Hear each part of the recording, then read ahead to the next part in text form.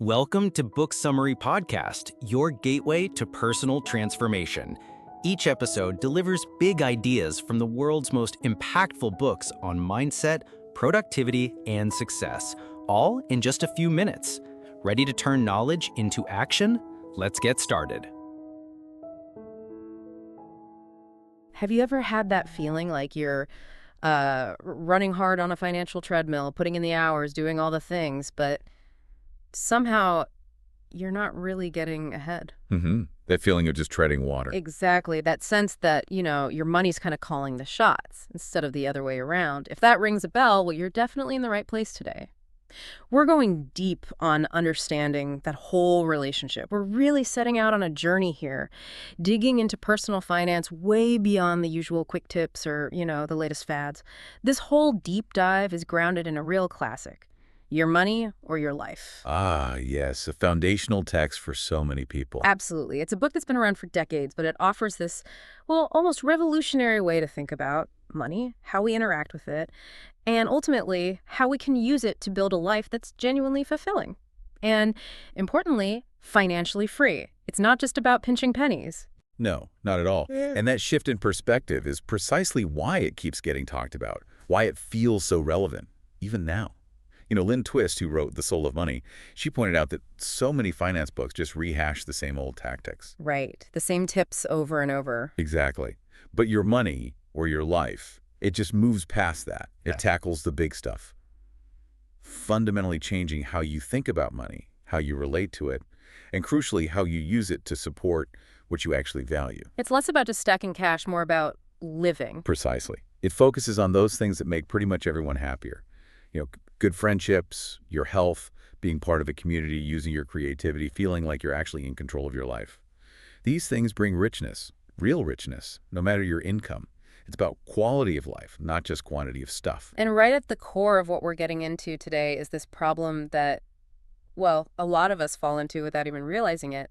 The book calls it the money trap. It's a powerful metaphor. It really is. It's this situation where, for so many people, making a living slowly starts to feel more like making a dying. So in this deep dive, we're going to start by looking that trap right in the face, understanding how it works, its subtle magic. And then, crucially, we'll pivot right into the very first, absolutely essential step to getting out, making peace with the past. And this conversation couldn't be more timely, especially for anyone trying to navigate the economy today, particularly here in the U.S. The whole landscape has shifted dramatically. Like pensions disappearing. Things like that. Exactly. Those traditional pensions, largely gone for most people.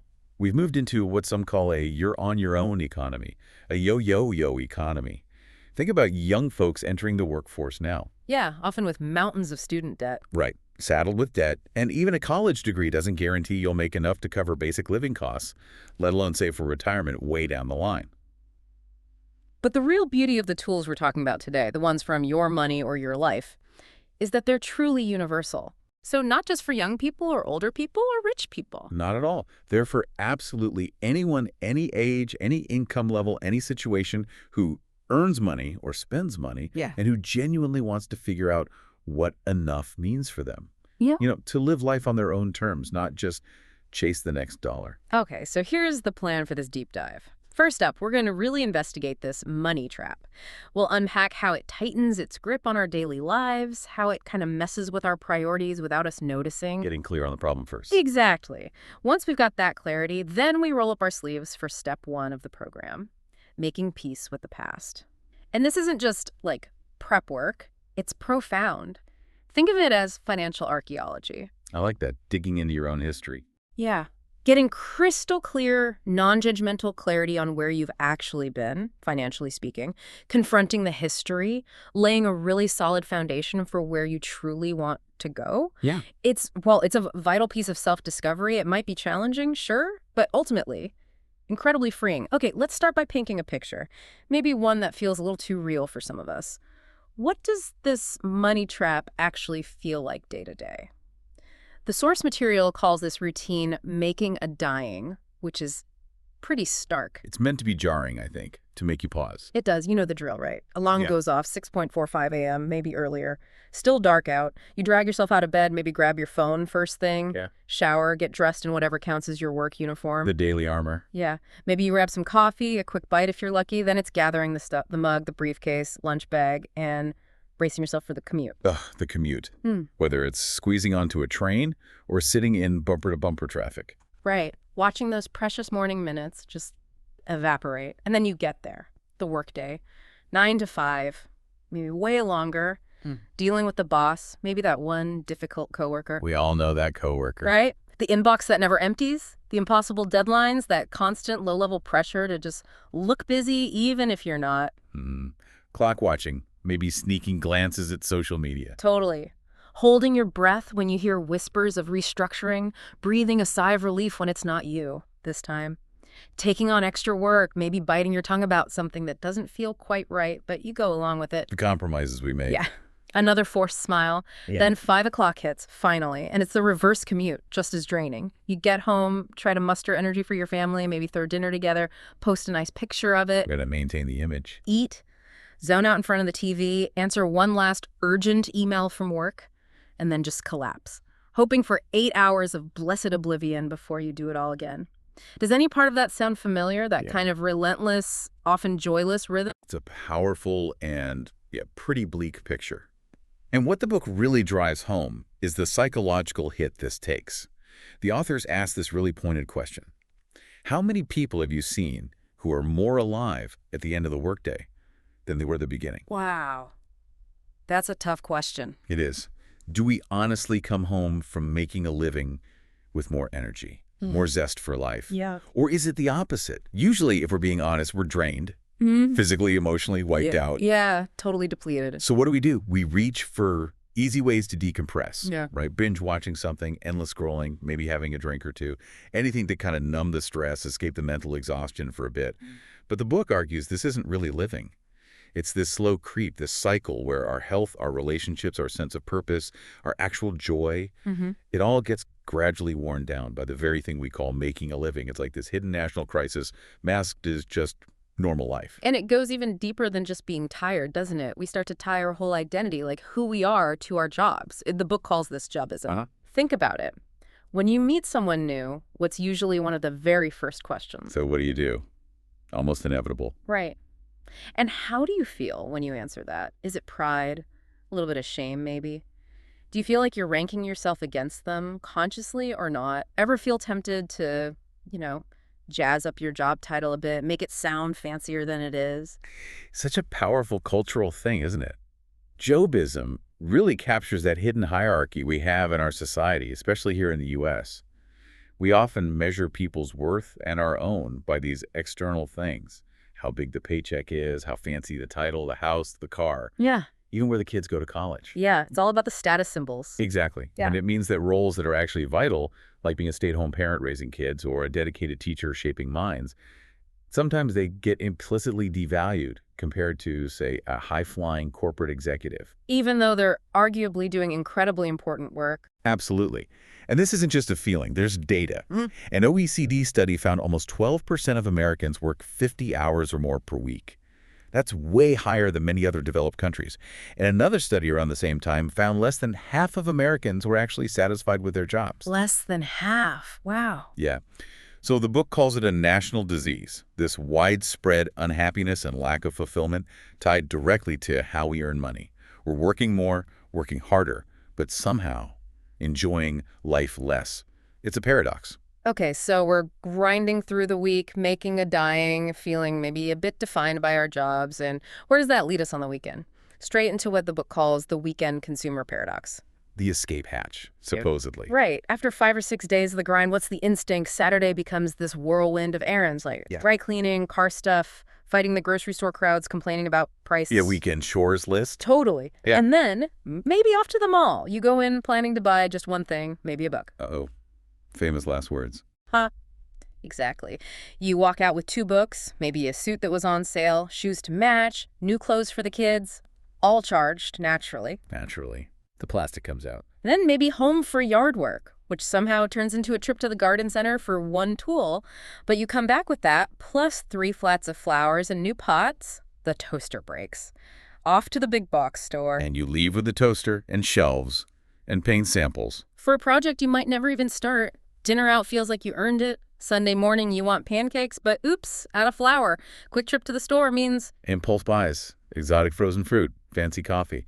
Because, hey, you deserve it. right. Swipe the card again for dinner out Sunday night, then collapse in front of the TV, bombarded by ads showing you the good life you could have if you just bought their car or their vacation package. It's this loop, isn't it? Work like crazy all week just so you can buy stuff on the weekend. And that paradox really gets to a deeper truth, doesn't it? Often we're spending money not because we truly need something, or even because it brings genuine, lasting joy, but more as a coping mechanism. To feel better after the tough week. Exactly. A way to soothe the dissatisfaction, the stress, the feeling of being depleted from work. We're chasing these little hits of momentary pleasure, hoping the next purchase, the next fancy meal, will somehow fill a void or give us lasting happiness. But it doesn't really work that way, does it? Generally, no. The book makes this point very strongly, and honestly, tons of research backs it up. Once you get past a certain basic level of comfort and security, more money just doesn't equal more happiness. The authors shared data from their early seminars. People across all income levels, students to executives, consistently rated their happiness pretty low, like 2.6 to 2.8 out of 5. Not even a 3, which is just okay. Right. And when asked how much more money they'd need to be truly happy, the answer was almost always about 50% more than I have now. Wow. So it's a constantly moving target. It's a treadmill. It shows this deeply ingrained belief that more money is the answer. But it means no matter how much you earn, you're always chasing that next level, fueled by consumption, and often ending up, right back where you started, feeling unfulfilled and wanting more. And this whole cycle, this endless consuming, it's not just about our personal happiness or our wallets, is it? It has much bigger consequences. Huge global ones. Yeah. The UN pointed this out way back in 1987. A World Commission warned that our consumption habits in developed countries were a major driving force behind environmental damage worldwide. 1987, that's decades ago. Decades. And yet, apart from maybe getting better technology to help us shop even more easily. Like one-click buying. Exactly. Has our fundamental lifestyle really changed all that much? It feels like we've almost doubled down on the consumption. It does feel that way. And the book has a name for why we don't act, even when the evidence is clear. They call it the Cleopatra explanation, or maybe more commonly, the Queen of Denial syndrome. Queen of Denial. How does that work? The idea is, the stronger the proof that our current path isn't working, the more fiercely we cling to the old ways, the familiar, even if it's destructive. So we just ignore the warning signs. Or explain them away. We tell ourselves, oh, technology will fix it, or the government will figure something out. Or maybe the most common one, oh, it's not really my problem. Right. It's happening somewhere else, or future generations will deal with it. Yeah, kicking the can down the road. Exactly. It's a kind of denial, a psychological defense. Our brains are wired for immediate threats. You know, the tiger in the grass, slow motion crises like mounting debt or climate change, or even just the gradual draining of our own life energy. They just don't register with the same urgency. So this bias keeps us stuck in habits that aren't serving us, individually or collectively. We avoid facing the uncomfortable truth. Speaking of uncomfortable truths, let's talk about that word consumer. We use it all the time, but what does it actually mean? The book points out the original dictionary definitions are kind of shocking. They are pretty strong. Yeah, like people who use up, waste, destroy, squander. Those are intense words to apply to ourselves just because we buy groceries or clothes. They really are. And the book gives this fascinating historical context. It explains that consumerism, as we know it, wasn't some natural evolution. It was largely invented, engineered, really, in the 20th century. Invented? How so? Well, after the Industrial Revolution, productivity shot up. Workers started thinking, hey, maybe we could work less, have more free time. Sounds reasonable. Right. But this panicked the industrialists. They needed people buying stuff to keep factories running. And it worried the moralists, too. You know, the whole idle hands are the devil's workshop idea. Ah, okay. So a big cultural push happened. The idea of disposable income was created. Shopping became framed as almost patriotic, buy American, keep the economy strong. We were told, and still are, that consuming is good for the country. But that creates a conflict, doesn't it? Absolutely. The book calls it a no-win situation. We're constantly encouraged, even pressured, to buy, buy, buy to fuel growth. But that same buying, especially if it's on credit, often leads straight to debt, making the average person feel trapped and stressed. You're supposed to feel good about consuming, but then you're burdened by the cost. It's a real bind. That history really sets the stage for another key idea from the book, the fulfillment curve. They have a diagram, but the concept itself is pretty intuitive. You can almost picture it. Yeah. Think back to when you were really young. Getting more things, basic things, definitely brought more happiness, right? Food, clothes, shelter. Meeting those basic needs felt good. It sets up this pattern deep in our minds. Need something, get stuff, feel fulfilled. It works perfectly when you're a baby crying for milk, or a young adult finally getting your own place, your first car. Those things provide real, tangible improvement and a sense of accomplishment. And the curve naturally moves up from there. We go from basics to maybe some nice things, comforts, and then often pretty quickly into luxury. Sometimes we don't even notice the shift happening. Right. That first car felt amazing. That first vacation on your own. Real thrills. Definitely. But here's the crucial insight from the fulfillment curve. Each next level of stuff, each new acquisition, it usually costs a lot more in money, and as we'll see in life, energy. But the happiness boost, the thrill, it often doesn't last as long. It wears off faster. So diminishing returns, basically. Exactly. And as life gets more complex, bigger house, more demanding job, family responsibilities, more money can actually start bringing more worry, not less. Higher taxes, bigger bills, more pressure at work, less time for yourself or family, just more to manage, more to potentially lose. That old belief, more money, more fulfillment, stays lodged in our heads, even when the reality, the actual curve of our happiness, might be leveling off or even starting to dip down. So the goal isn't just more, it's finding that sweet spot. The book talks a lot about enough, doesn't it? Yes, enough is the absolute peak of that curve. That's the magic point.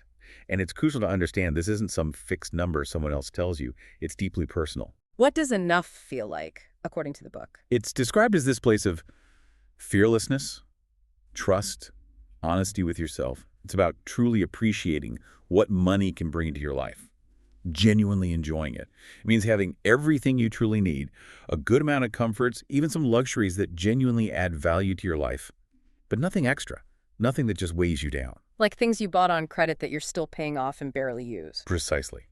No soul-crushing debt, no closets full of stuff you don't use but feel obligated to keep. Enough is that point of balance.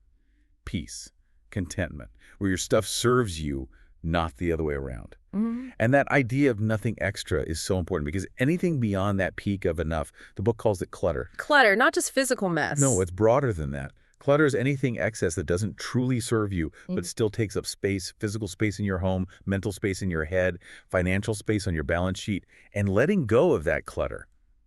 The book stresses this isn't about depriving yourself. It's not about becoming a monk. Not at all. It's about lightening up, opening up space, literally and figuratively, for something new, something more meaningful to come into your life. You see this reflected in things like the minimalism movement today, people wanting to declutter. Right, that's huge right now. It is. But the key difference here is that your money or your life emphasizes that your enough is unique to you. It's not about following someone else's rules for having less. It's about finding your own personal just rightness, that spot where you feel abundant and secure but not burdened. It's conscious choice, finding your balance. And this tendency to accumulate clutter, to go past enough, it's often driven by these little unconscious habits, right? The book has this funny term for it, gazingas pins. Yeah, gazingas pins. What are those exactly? You know the ones with the little impulse buys? Often cheap, often kind of quirky, things you see and just feel compelled to grab even though you know deep down you don't really need it. That weird kitchen gadget you saw late at night? The limited edition candy bar. Totally. You buy it, maybe use it once, maybe to go straight into the gazingas pin drawer. We all have one, right? Full of other forgotten impulse buys. And then you do it again next week. The book suggests it's like zombie shopping. Buying out of habit, not real need or desire. It's such a perfect illustration of how our minds work, isn't it? The book says the mind is fundamentally a pattern-making and pattern-repeating device. Once we learn a pattern, especially one that gave us some kind of reward or seemed useful for survival at some point, it's really hard to change it, even when it stops working for us. So we keep doing the same things, even if they don't make sense anymore. Pretty much. We apply these old patterns, these habits, even when they don't line up with reality or any real lasting satisfaction. The Gazinga's pin thing highlights it perfectly. We try to fix an internal feeling, boredom, stress, a vague dissatisfaction with an external action. Buying something small, we're trying to scratch a deep psychological itch with a cheap physical thing. And it almost never works. Which is exactly why we need a more conscious approach to break those patterns. Precisely. It underscores why looking at money consciously, analytically is so crucial. It's about waking up from those automatic unserving habits. Okay, so understanding the money trap, seeing those unconscious patterns, that naturally leads us to the first big practical step in this whole process of transformation. Step 1, making peace with the past. Foundational. Yeah. Absolutely foundational. Yeah, the book really emphasizes you can't skip this. The goal here is to get you to what they call financial ground zero. Clear head, no illusions. It's also designed to build real solid confidence in your own ability to earn money. And maybe the toughest part for some, it's about facing any financial skeletons in the closet. Secrets, shame, stuff you just haven't wanted to look at. And the impact of doing that, of just facing the facts, can be incredibly powerful. There's this really moving story in the book about a divorced woman, a suburban housewife. Yeah, I remember that one. She felt completely dependent, like she hadn't contributed anything financially to the marriage. She felt ashamed about her divorce settlement, saw it as proof she wasn't worth much, just carried this heavy sense of inadequacy. That sounds tough. Really tough. But then she went through step 1, meticulously. Yeah. And she discovered something amazing. By digging through old records, she calculated that she had actually earned over $50,000 herself during those years. From little odd jobs, side things she'd done, things she'd completely dismissed as insignificant. Wow, $50,000 she didn't even realize. Exactly. And just seeing that number, the hard fact of it, free from all the emotional baggage, it completely changed her perspective. It gave her this huge boost of confidence. So much so that she went out and got a job, not just any job, but one paying double what she thought she was capable of earning before. That's incredible, just from doing the accounting. It shows how powerful confronting the past honestly can be. It's not about blame, it's about empowerment, seeing strengths you didn't know you had. Okay, so let's break down step 1 for everyone listening. What does it actually involve? Part A sounds simple, but maybe isn't. How much have you earned in your life? Simple concept, profound results sometimes. Yeah. The task is basically to add it all up. Every single dollar you've ever earned, from your first paper route or babysitting gig right up to your latest paycheck. It's a number most of us, well, we've probably never actually calculated. It can be a pretty staggering figure when you finally see it. I bet. So how do you even start to figure that out? You got to put on your detective hat. Gather everything you can. The Social Security Administration provides statements of earnings. That's a great starting point for reported income. Okay, that makes sense. Then dig out old tax returns, as many years back as you can possibly find. Those are gold. After that, personal records, old checkbook registers, bank statements, current and past, any investment account statements. So the official stuff first. Right. But don't stop there. Think broader. Did you receive any significant financial gifts over the years? Win anything lottery, contests, get any loans that basically functioned as income for a time, capital gains from selling stock or property. Okay, getting more detailed now. And then there's the less formal stuff. Income that maybe wasn't reported on a tax return. Tips you earned. Money from babysitting, mowing lawns, freelance projects, side hustles. The book even suggests purely for your own internal, complete honesty, including income from any illegal sources if that's part of your history. The goal is total transparency with yourself, every dollar in. And the key thing while doing this is no judgment. Absolutely zero judgment. Don't beat yourself up. Don't feel ashamed. Don't get grandiose. Just get the number. It's the raw data of your financial inflow. That's it. Clarity first. Okay, so that's part A, total lifetime earnings. Then comes part B, which feels maybe a bit more pointed. What have you got to show for it? This is where you calculate your net worth. Yeah, this is where the rubber meets the road, financially speaking.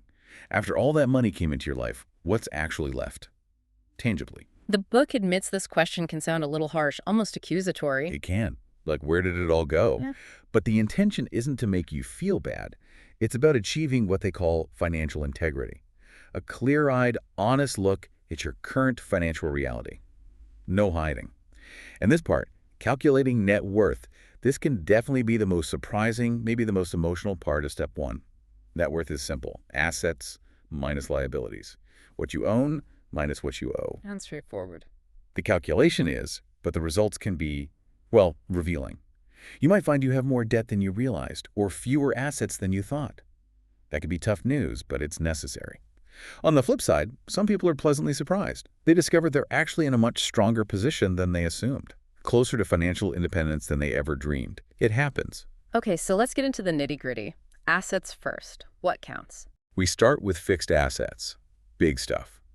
Your house, if you own one, you need its current market value. Huh. Get a realtor's estimate. Look at recent comparable sales. Use online tools, but be realistic. Same for your cars. Use something like Kelley Blue Book to find the actual resale value, not what you wish it was worth. The big-ticket items. Right. But then comes the really detailed part. The book insists on a full inventory. Everything. Your home, attic, basement, garage, storage unit. Yeah. Go through it all. Everything, like every single thing. Pretty much. Itemize everything worth more than $1. And here's the key. Do it objectively. No sentimental value allowed in this calculation. Don't just say, oh, that old lamp is worthless, if someone would actually pay $5 for it at a garage sale. So be ruthless about market value. Exactly. The book gives examples. Light fixtures, rugs, shelves, art, your computer, fancy kitchen knives, those extra sets of dishes you never use. List it all. That sounds like a lot of work. It can be. That woman in the store, it took her 3 months. 3 months of going through boxes, remembering where things came from. But she said it was transformative. It brought gratitude, but also starkly revealed her compulsive shopping, finding 20 pairs of unworn shoes, unused exercise gear.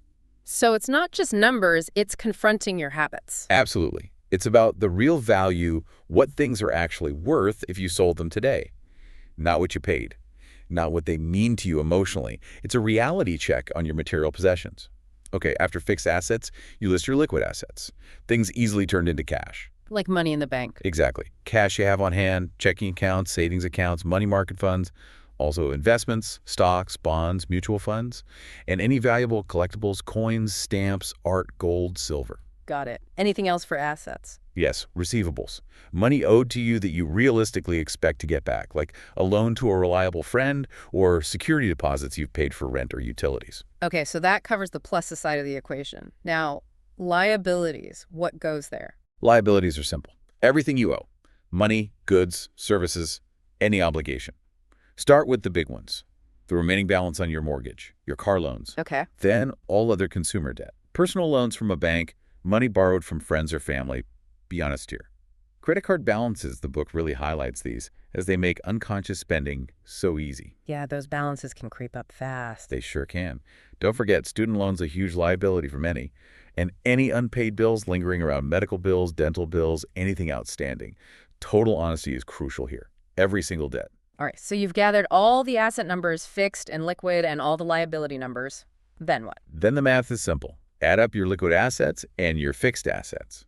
From that total, subtract your liabilities. That final number, that's your net worth. Liquid assets plus fixed assets, liabilities equals net worth. That's the formula.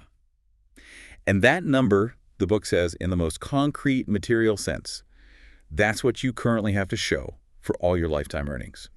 Everything else that passed through your hands, it's memories and illusions, at least as far as the balance sheet is concerned. Wow, that's a very grounding statement. It really is. It forces you to see the tangible result of your financial life so far. Now, it's important to note what's not included in this specific number. Like what? Your education, your skills, your reputation or goodwill, tax deductions you might get later. These things are incredibly valuable, obviously part of a rich life, but they're intangible. You can't easily put a dollar figure on them for this particular balance sheet exercise. This step is focused purely on the material side of your life energy exchange. Okay, so just to recap, step one, clearly, 2 main parts. First, figure out your total lifetime earnings at every dollar that ever came in. Second, create a detailed balance sheet. List all your assets, what you own, and all your liabilities, what you owe, to calculate your current net worth. Exactly. And remember why you're doing this. It's not just bean counting. It's the essential first move towards clarity, towards confidence, towards fundamentally changing your relationship with money. It clears the slate, gives you an honest starting point, and prepares you for everything that follows on the path to financial independence and living a life aligned with your values. It's about knowing where you stand, truly, so you can choose where to step next.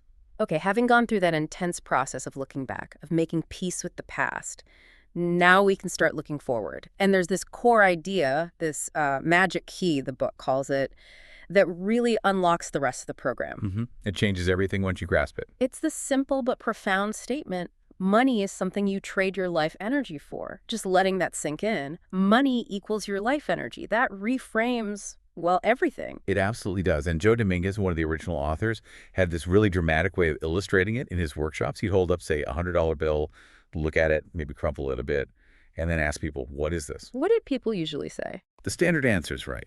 It's a means of exchange, a store of value, a medium for transactions. All the textbook definitions. Which sound right. They sound right. They're truthy, as the book puts it. They have truth in them. But Dominguez would push back. He'd ask, okay, if it's just a means of exchange, can I give you this $100 and buy your child? Or he'd bring up examples, historical examples, or modern ones like Enron, where people's life savings vanished overnight. If money is just a stable store of value, how does that happen? Those definitions, he argued, aren't the absolute unchanging truth about money. So what is the absolute truth, according to him? Unwavering truth is, money is something you trade your life energy for.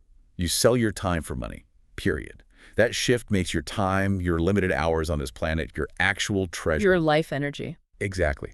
It doesn't matter if someone else makes more per hour or less per hour than you. Your hours are the only currency you truly possess. Dominguez used to break it down starkly. We have maybe 650,000 hours total in a lifetime, give or take. Half of that is probably spent sleeping, basic upkeep, the remaining hours. That's it. That's your capital for everything that matters. Love, learning, creating, experiencing joy, making a difference.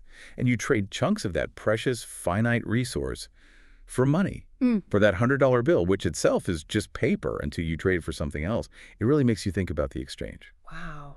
Thinking of it that way. Yeah. Yeah, it's like taking the red pill in the Matrix, like the book says. Suddenly you see the code behind it all. Exactly. It gives you clarity. It allows you to see your choices, make them consciously, see the consequences, and actually learn from them. It frees you from the illusion. So winning isn't about having the most stuff anymore. Not at all.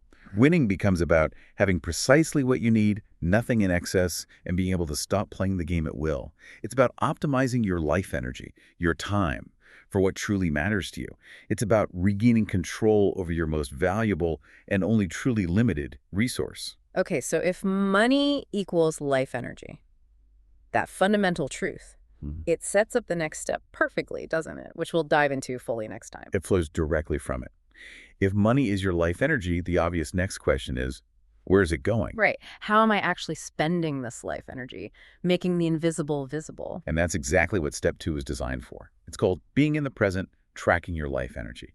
It satisfies that curiosity, shines a light on where the energy flows. So it's about tracking your spending, like budgeting. It's much deeper than typical budgeting. Yes, it involves tracking every single penny that comes in and goes out, every single one.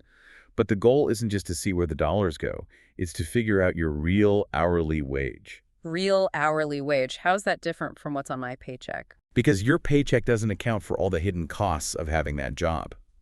Step 2 makes you factor those in. Things like the time and money spent commuting, the cost of work clothes, lunches out because you're too busy or tired, the money and time you spend decompressing after work.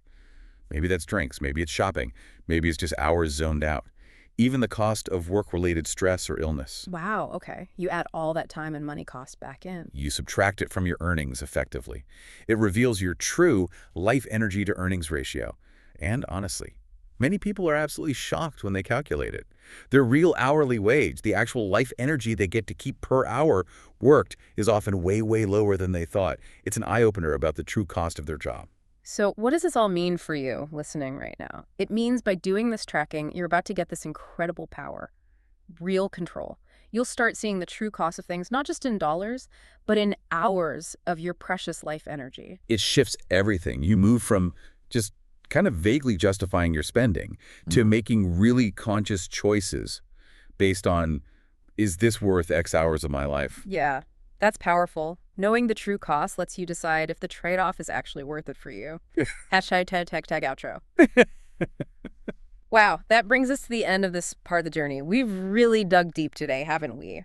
We explored the money trap, how it works, how it keeps us feeling stuck, and then we tackled that huge, vital first step, making peace with the past. Facing the numbers. Lifetime earnings, net worth. Exactly. Looking squarely at your entire financial history, maybe for the first time without the judgment. Tallying up the earnings, facing the balance sheet. If you're doing this along with us, seriously, acknowledge that it's not just checking boxes. It's a really big deal, a profound act of self-awareness. It really is. And remember, that confrontation, looking at the past, it's not about making you feel guilty, not at all. It's about building that solid, honest foundation for everything else. This is square one for building real financial independence. That ability to choose why you work. Precisely.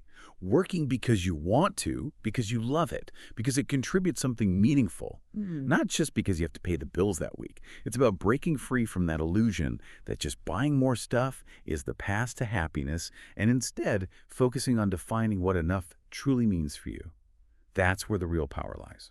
So now that you've taken that hard look at your financial, past the earnings, the net worth, here's something to chew on until next time. Consider this. Thinking purely in terms of your life energy, those precious hours traded. What's one thing you own, one purchase you made that you now kind of regret, knowing its true cost in hours? And the flip side, what's one thing, maybe an item, maybe an experience that you absolutely cherish, something that was worth every single hour of life energy you invested? Reflecting on that contrast, the regrets and the treasures measured in life energy. That's where you start uncovering what you truly value. And those values, they become your compass, the best guide you have for steering your financial future towards a life that feels genuinely rich and fulfilling to you. So join us next time on The Deep Dive. We'll be jumping into step 2, digging into the practicalities of how to track that life energy cent by cent, minute by minute. We'll uncover the real cost of your daily choices and give you the tools, the awareness to start reclaiming your time, your energy, and ultimately your life. Thanks for tuning in to the Book Summary Podcast. If you found value in today's episode, hit that like button, subscribe for more summaries, and share it with someone who's ready to grow. Want deeper insights, exclusive book notes, and reading tips? Join our free newsletter. The link's in the description. And don't forget, if you'd like to read the full book, our affiliate link is right below. It helps support the channel and keeps the summaries coming. Until next time, keep reading, keep growing.